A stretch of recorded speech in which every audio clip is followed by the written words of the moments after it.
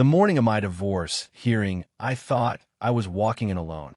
My marriage was already dead, and I was prepared to lose everything. Then an elderly man boarded my bus, limping and shaking.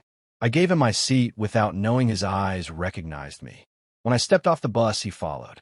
He smiled gently and said, "I think I should walk you inside." And when my husband saw who was standing beside me, the color drained from his face like he had just seen a ghost. "My name is Laura. I am 34 years old, and until 3 months ago, I believed I had a normal marriage. I worked as a medical billing assistant. Quiet job, long hours, number screens, coffee stains on my desk. I paid half the rent, half the groceries, and all the emotional labor. My husband, Mark, was charming in public, soft-spoken, always smiling, the kind of man judges trust at first glance. At home, he was different, cold, calculated, always reminding me that everything we had was because of him. The apartment, his name, the car, his name, even the savings account, also his name. I trusted him anyway. That was my mistake. 2 years ago, my mother died. I received a small inheritance. Not life-changing, but enough to feel safe for the first time. Mark insisted we put into a joint investment. He said couples do not keep secrets. 3 months ago, I discovered the account was empty. Every dollar gone. Moved without my consent. When I confronted him, he did not deny it. He leaned back on the couch, smiled, and said, "You will never prove anything." That night, he told me he wanted a divorce. The next morning, I learned he had already filed. He asked for the apartment, the car, and most of my salary, claiming spousal debt. My lawyer warned me. Mark had connections, old ones, men who did favors quietly. I was scared, not just of losing money, but of being erased. The hearing was scheduled for that morning. Rain tapping against the bus windows. My hands shaking around a folder of documents. Proof that might not be enough. I remember thinking, this is how it ends. Me alone, walking into a courtroom to watch my life get signed away. That was who I was when I stepped onto that bus. A woman already defeated, before I met the man who changed everything. The bus smelled like wet coats and old fabric. Rain drummed softly on the roof. Every stop felt like a countdown. I kept replaying Mark's voice in my head. Calm, certain, cruel. You will never prove anything. My lawyer had said we would try. That was her polite way of saying we might lose. The folder in my lap felt thin. Too thin to fight a man who had been planning this for years. That was when the elderly man boarded. He moved slowly, one hand gripping the rail, the other shaking like it had its own heartbeat. No one stood up. They all stared through windows or at phones. I stood. I said, "Please take my seat." He looked surprised, then grateful. "Thank you," he said. His voice was rough like it had lived a long time. I nodded and held the pole. The bus lurched forward. My stomach tightened. I felt his eyes on me, not in a creepy way, in a curious way. After a moment, he spoke again. "You are going somewhere heavy." I almost laughed, or cried. How could he know? I said yes. Court. He did not ask more. He just nodded slowly. Silence filled the space between stops. I watched rain slide down the glass. Thought about the apartment I would probably lose. The couch I picked. The mugs from my mother. The bus stopped. I stood to get off. So did he. I thought nothing of it, until I stepped onto the sidewalk and heard his cane tap behind me. Missy called. "Wait." I turned. He smiled softly, the kind of smile that carried regret. "I think I should walk you inside." I frowned. "You do not have to." He said, "I know, but I want to." Something about his certainty made me stop arguing. We walked together. Slow steps. His cane tapping. Cars rushing past. The courthouse loomed ahead. Gray stone. No wodoms. As we walked, he asked simple questions. "Your name? How long married?" I answered without thinking. Like confession. When I told him Mark's name, he stopped walking. His grip tightened on the cane. "Say it again," he said.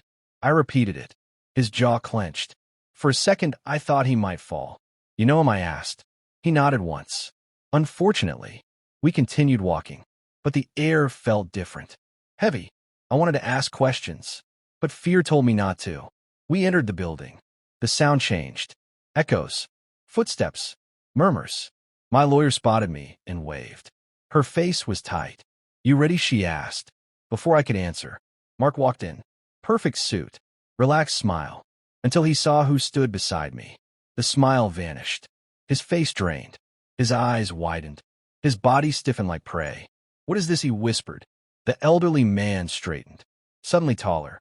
Stronger. Hello, Mark, he said. Did you miss me? Mark stepped back. Almost tripped. This is not funny, he said. The man's voice dropped. Neither was prison. People around us slowed. Sensed tension. My lawyer stared. Confused. I whispered. Who is he? The man looked at me. Eyes kind. Sighed. Someone Mark thought would stay buried. Mark tried to regain control. He laughed. Too loud. You are senile. You should not be here. The man smiled. I remember everything. Then he turned to my lawyer. My name is Henry Caldwell, former state financial crimes investigator. My lawyer blinked. Her posture changed. Mark shook his head. You are retired. You have no authority. Henry leaned closer. I have records, witnesses, and a very long memory. The courtroom doors opened. They called our case. Mark looked at me. His eyes were no longer calm. Laura, he said, we can talk. Henry placed a hand on my shoulder. Do not. Inside the courtroom, the air was cold. The judge looked tired. Proceedings began. Mark's lawyer spoke confidently, painted me as irresponsible, unaware, dependent. I listened like it was about someone else. Then my lawyer stood. She cleared her throat. Your Honor, before we proceed, there is new information. She nodded to Henry. He stepped forward. Kane's silent now. I submit evidence of financial manipulation, fraud, and coercion by Mark Reynolds. Mark shouted. This is a lie. The judge banged the gavel. Henry continued. The inheritance funds were moved through shell accounts, linked to prior cases involving the same individual. The judge leaned forward. Henry turned to Mark. You used the same trick you used 15 years ago. Different woman. Same greed. Mark's lawyer whispered urgently. The judge called a recess. In the hallway, Mark exploded. You set me up, he hissed. I shook. I did not even understand. Henry faced him calmly. No, Mark. You set yourself up. He turned to me. I was assigned to your husband's first wife. She disappeared after draining her accounts. Everyone thought she ran. She did not. Mark froze. Henry's voice softened. She died believing she was alone. My breath caught. Henry looked at me. When I saw you on that bus. I knew that look. I had seen it before. The hearing resumed. This time Mark did not look confident.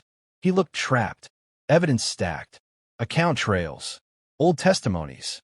Patterns. The judge listened. Carefully. Mark's world cracked. Piece by piece. And I realized this was no longer just my divorce. This was a reckoning. And it was only beginning. The courtroom felt smaller now, like the walls had leaned in to listen. Mark sat stiff beside his lawyer, his confidence gone, his leg bouncing uncontrollably. The judge adjusted her glasses. Mr. Reynolds, she said, you are now under review for potential criminal conduct. Mark opened his mouth. Nothing came out. Henry stood calm, hands folded, like a man who had waited years for this moment. Your Honor, Henry said, there is more. My heart pounded. I did not know if I wanted more, or if I was already drowning. Henry looked at me, gave a small nod. Permission or apology? I was not sure. He turned back to the judge. Mr. Reynolds did not just drain his wife's inheritance. He orchestrated it, using intimidation, manipulation, and fear. Mark slammed his hand on the table. Stop. The judge raised her hand. One more outburst, and you will be removed. Silence fell. Henry continued. He isolates his partners, controls finances, then creates legal pressure so they feel helpless. The judge looked at Mark. Is that accurate? Mark laughed. Sharp. Desperate. This is insane. She agreed to everything. The judge turned to me. Mrs. Reynolds, did you agree? My throat tightened. Every eye turned toward me. I stood. My legs felt weak, but I stood. No, I said. My voice shook, but it did not break. I told them about the investment, the pressure, the threats, the way he smiled when I cried. Mark whispered. Laura, stop. I looked at him, for the first time without fear. You said I would never prove anything.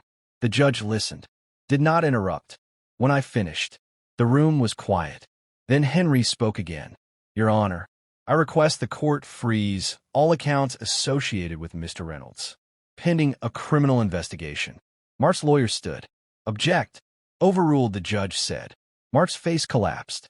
The judge continued. Additionally, given the new evidence, I am granting Mrs. Reynolds temporary sole access to marital assets. I exhaled. A breath I had been holding for years. Mark stood abruptly. This is not over. Two officers stepped forward. Sir, please sit. Mark looked around. Wild. Cornered. Henry met his eyes. It is over. Mark's shoulders dropped. Just slightly. Like something inside him finally gave up. The judge scheduled a follow-up hearing and dismissed the room. People began to move. Whispers filled the air. My lawyer hugged me. We did it, she whispered. I nodded, but my eyes were on Henry. In the hallway, Mark was escorted away. He did not look at me. Henry leaned heavily on his cane now, the strength fading. I caught him. Are you okay? He smiled. Old again. I am fine. Just tired. We sat on a bench. The courthouse hummed surrounding us. Why today? I asked. Why help me? Henry stared ahead. I was supposed to retire in peace. He paused. But I failed someone once. He told me about the first wife. Her name. Her laugh. The file he never closed. I believed him. I said, you saved me. He shook his head. No, you saved yourself. I just made sure he could not silence you. I swallowed. Tears burned. He reached into his coat, pulled out a folded photograph. A young woman smiling, eyes full of hope. She looked like me. Her name was Evelyn, he said. She deserved justice. I held the photo, hands trembling. I promise, I said. I will not disappear. Henry nodded.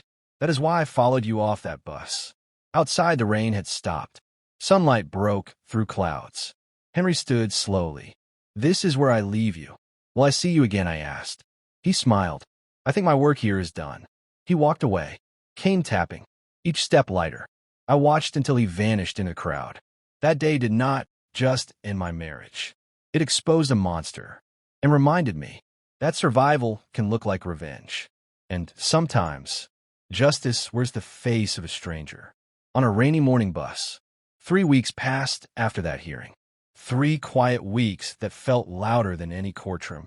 The apartment was suddenly mine, not because Mark gave it up, but because it was frozen, locked in limbo. Just like him, I slept on the couch, even though the bedroom was empty, even though his side was finally gone. At night, the silence pressed against my ears. No footsteps, no sighs, no quiet threats whispered in the dark. I kept expecting relief to feel like happiness, but it felt more like standing after a long fall. Shaky, unsure, still afraid the ground might disappear. The criminal investigation moved fast, faster than anyone expected. Patterns emerged. Bank transfers, false identities, shell accounts tied to women whose names never appeared in newspapers. Some were still alive, some were not. I was interviewed twice, once by detectives, once by a woman from victim services. She asked how I felt. I said lucky. She nodded, like she understood that word carried guilt. My lawyer called one afternoon, her voice lighter than I had ever heard it. Laura, the judge ruled. Full restitution. Prix d'hommage. I closed my eyes, not because of the money, but because the fight was finally over. I thought of my mother, of her careful saving, of how Mark laughed when he took it. That night I made tea, sat by the window, watched buses pass. I wondered if Henry ever rode that route again. I tried calling the number he had written for me. Once, twice. Disconnected. A week later, a letter arrived. No return address. Just my name written carefully. Inside was a single page. Laura, I am glad you stood up. I am glad you spoke. I am glad you lived. That is all I ever wanted. I pressed the letter to my chest and cried, not from pain, but from release. Months passed. Mark pleaded not guilty, then changed his mind. The courtroom was full the day he was sentenced. I sat in the back, not to watch him, but to close the chapter. He did not look at me, not once. When the judge spoke the final number of years, I felt nothing. No joy, no reich, just quiet. I walked out before it ended. Outside the courthouse, the air felt clean, like rain was coming again. I started over. New job, smaller apartment, different bus route. I learned how to trust my instincts again.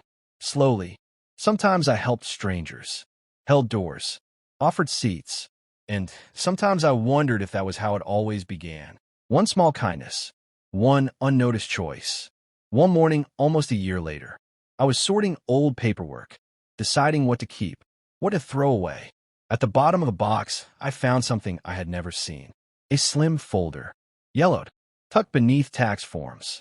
Inside were copies of bank statements, old ones, years old, and a note, written in my mother's handwriting. Laura, if you ever find this, know that I suspected him. I trusted you would survive, even if I did not stop him in time. My hand shook. Beneath the note was a name. Henry Caldwell. My breath caught. I sat down hard. The dates matched. My mother had met him years before she died. She had reported concerns. Quietly, carefully. She never told me. To protect me. Henry was not a coincidence. He had been watching, waiting, for years. Not just for Mark, but for the right moment, the right strength, the right woman who would stand and speak. Me. I realized then that the bus, the timing, the kindness, none of it was random. Justice had been patient, and so had I. Without knowing it, I folded the note, placed it beside Henry's letter. Two people, gone, but not silent. I looked out the window, at the city moving forward, unaware of how close it had come to losing me. I smiled, for the first time without fear, because revenge did not come from anger. It came from surviving long enough to tell the truth. And that morning on the bus, when I gave up my seat, I did not just help an old man. I unknowingly walked into the ending of the life that tried to destroy me. Sometimes the stranger who follows you into court is not there to protect you. He is there to prove you were never alone.